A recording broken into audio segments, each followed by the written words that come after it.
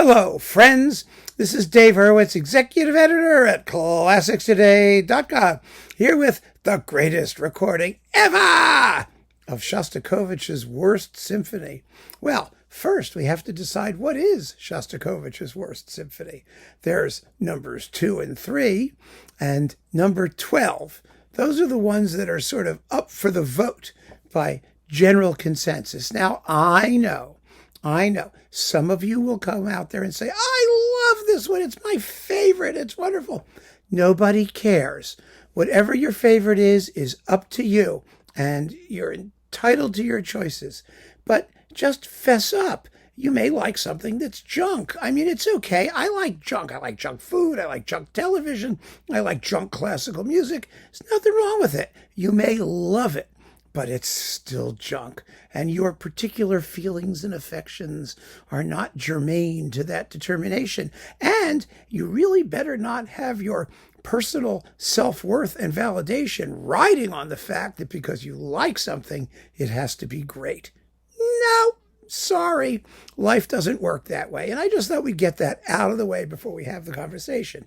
Now, I would rule out numbers 2 and 3 because they are avowedly experimental early works, and so they deserve a bit of indulgence. Yes, they're pretty horrible, but, it's okay. I mean, the texts are, Shostakovich knew it.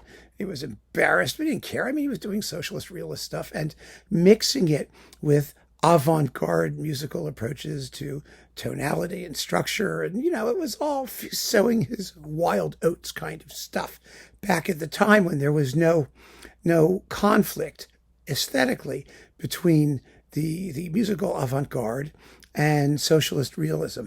So, I mean, that was a brief period.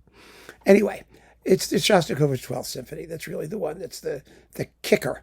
Actually, the first 2 movements aren't bad. They're really not. I mean, it all plays in one giant movement, but it's in 4 bits. It's the last 2 that really don't go anywhere. Well, really, the finale. I mean, the middle, the third movement is a transitional movement that flows into the finale. It's rather similar to what Beethoven does, actually, in his 5th Symphony, where the scherzo leads into the finale.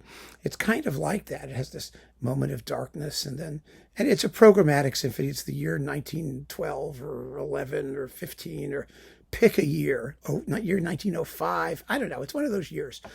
Something revolutionary happened, and the battleship Potemkin or one of them came flying in with its guns blazing, or I just couldn't care less. I only want to hear the music. Even as a programmatic work, it's an abject failure because the last movement is called The Dawn of Humanity. That's how you know that Shostakovich wasn't serious about it, because there's no way in hell he would have written anything called The Dawn of Humanity and expected anyone to take it seriously.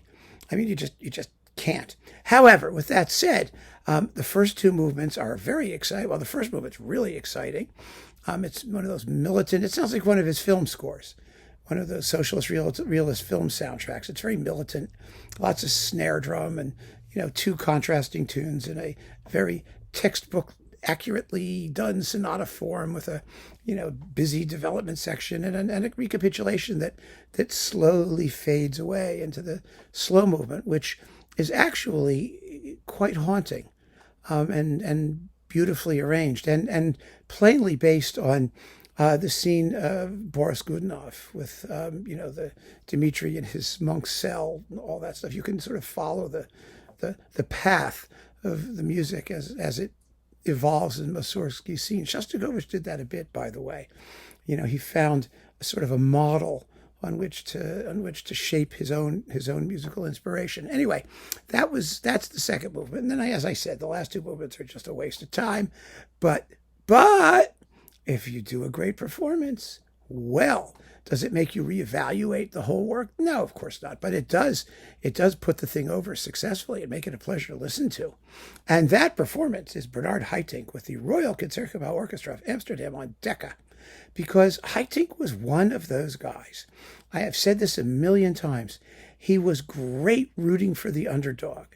He could find a performance of a lesser known work or a less highly regarded work by a major composer and just give it 150% and turn it into something akin to, if not exactly, a masterpiece. And he does it with this symphony. It's one of his greatest achievements on disc. I really believe that. And the fact that he achieves it with music that's so controversial in terms of quality is only a testament to his sympathy and ability as a conductor. And of course, the orchestra plays like gangbusters. You know, orchestras too. Orchestras also have a certain corporate mentality. And, you know, they play the same masterpieces day in, day out, and they got to get sick of it.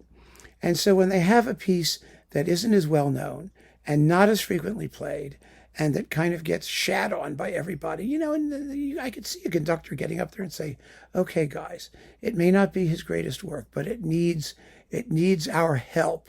You with your corporate artistry and yes, one of the great ensembles of the world really can bring something to this music that can make people hear it in a completely fresh light. So let's just go for it. And they did. And they're incredibly well recorded. Even that ridiculous Dawn of Humanity finale, with its anodyne harmonies and rather bland melodic material, it really comes off well. It's a superb example of what great artists can do when they really believe in what they're doing. And I think this is just textbook example of that. One of the greatest recordings ever, for sure.